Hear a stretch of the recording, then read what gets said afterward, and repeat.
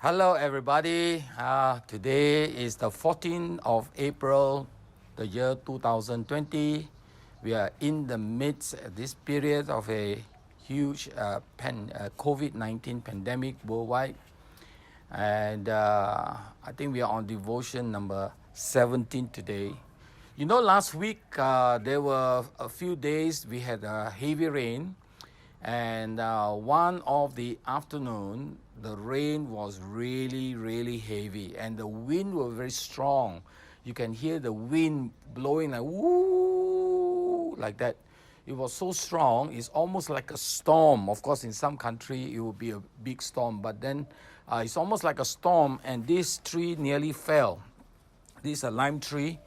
We really love this lime tree because it gives us a lot of lime, you can see. A lot of lime fruit. We have been consuming lime for the past, I don't know how long, but we really like this lime tree.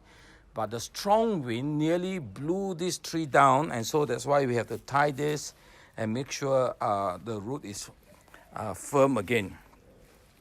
Now, thinking about this storm, there is some verses I like to read to you. It's kind of a sad verse, but this is a prophetic word spoken by Jesus in Matthew 24, verse 10 to 19. And I'm reading to you today from the NIV version. It says, "At that time, many will turn away from the faith and will betray and hate one another. And many false prophets will appear and deceive many people. Because of the increase of wickedness, the love of most will grow cold. But the one who stands firm to the end will be saved. And this gospel, the kingdom, will be preached in the whole world as a testimony to all nations. Then the end will come." When I read this passage of scripture, what Jesus said is sad, but yet it's going to be the truth. Because it says, in the last days, many will fall away from the faith. Many will begin to hate one another, betray one another, and the love of many will grow cold. And there will be a lot of fighting and selfishness. And this is sad, but at the same time, it is going to happen. Although Jesus at this point was probably referring to the Great Tribulation, but we have seen small storms in human history. Wars, rumors of wars, earthquake, pestilences, natural disaster like tsunami and so on, and etc. Each time it became a real challenge to believers. And especially in Matthew 24 verse 10.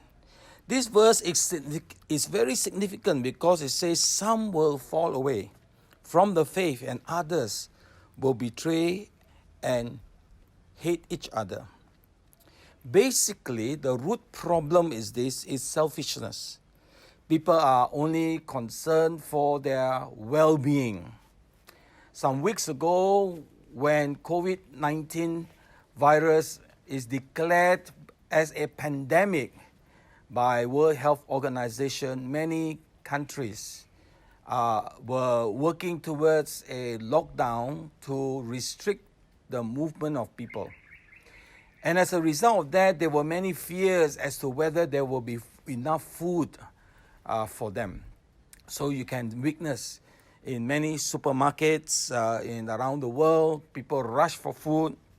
They even fought each other for food, stealing food and stuff from each other's trolley, and some stacking up their trolley as though they can use them all, not concerned at all that it may not be enough for others. How tragic in this day and in this century that human beings can behave in such an uncivilized manner. But I don't think this is going to change Because as long as human nature is such, we will all look after each other. It's sometimes called the survival of the fittest or the strongest. So I want to tell you what you must do when the storm comes. When a storm comes, number one, three things you must do. In a storm, you need to remain strong in the faith. You will be tempted to compromise your belief. You will be tempted to give up the faith. Or when the world offers you a better option, you may take that path.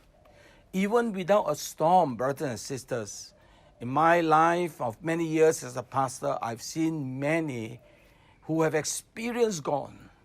They know the reality of God and the love of Jesus that they have experienced.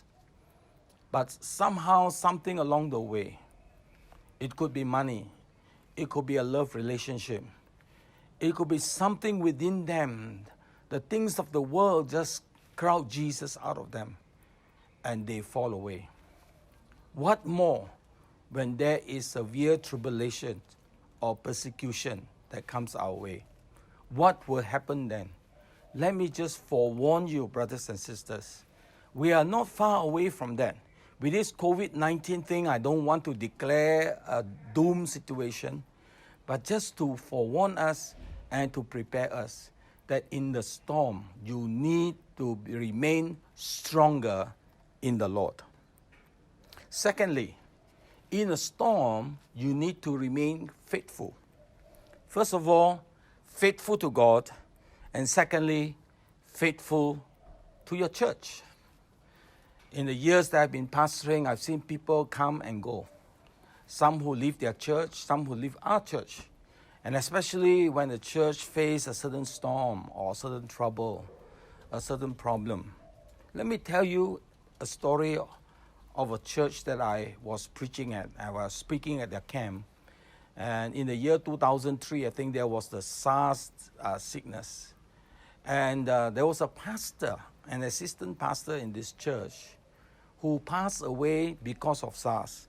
Not because he had SARS, but because he was neglected, as the doctors and nurses were just too busy trying to cope up with SARS patient, and he was sick also in the hospital, and he passed away. And some of the leaders told me, Pastor, when he passed away, a lot of members left the church. I said, why? Maybe they have lost faith, not in God, they have lost faith in the church. And sometimes when a tragic thing happens in the church like this, we tend to blame each other. We may say, the church is out of God's will. The pastor is not doing the right thing, and so on and so forth. It is so tragic. So let me just encourage you, Christians, when there is a storm, remain faithful to God, faithful to the church. This is so important. Thirdly, in a storm, you need to remain a good friend. Have you heard of the expression called the fair weather friend? A fair weather friend is a friend when everything is all right. I've heard about rich people when they go to the bank. When they reach the door of the bank, the manager will come out and invite him inside. They have a special room where he don't have to queue, maybe because he got lots of money in the bank. Or some rich people got many, many friends. I don't know whether they are friends with you or friends because they expect some handout from you or expect some business from you.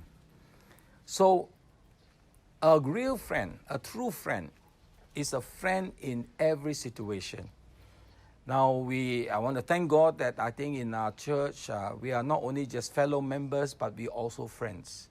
And we should care for one another, love one another, and in the midst of storm, let's see how we can extend our hand and show our love by helping one another. Let us not just be fair weather friends. Let us be friends even in the midst of a storm. In a storm like this, stay strong and remain faithful, and always remember, think of others. I want to show you something. Come along. I just like to read to you from Proverbs chapter 18, verse 10. The name of the Lord is a strong tower. The righteous run to it and are safe. Like this long tower, strong tower, is like the name of the Lord. The Lord you can lean on, you can trust Him in a strong storm that comes your way. You can grab hold of this tower and you will not fly away.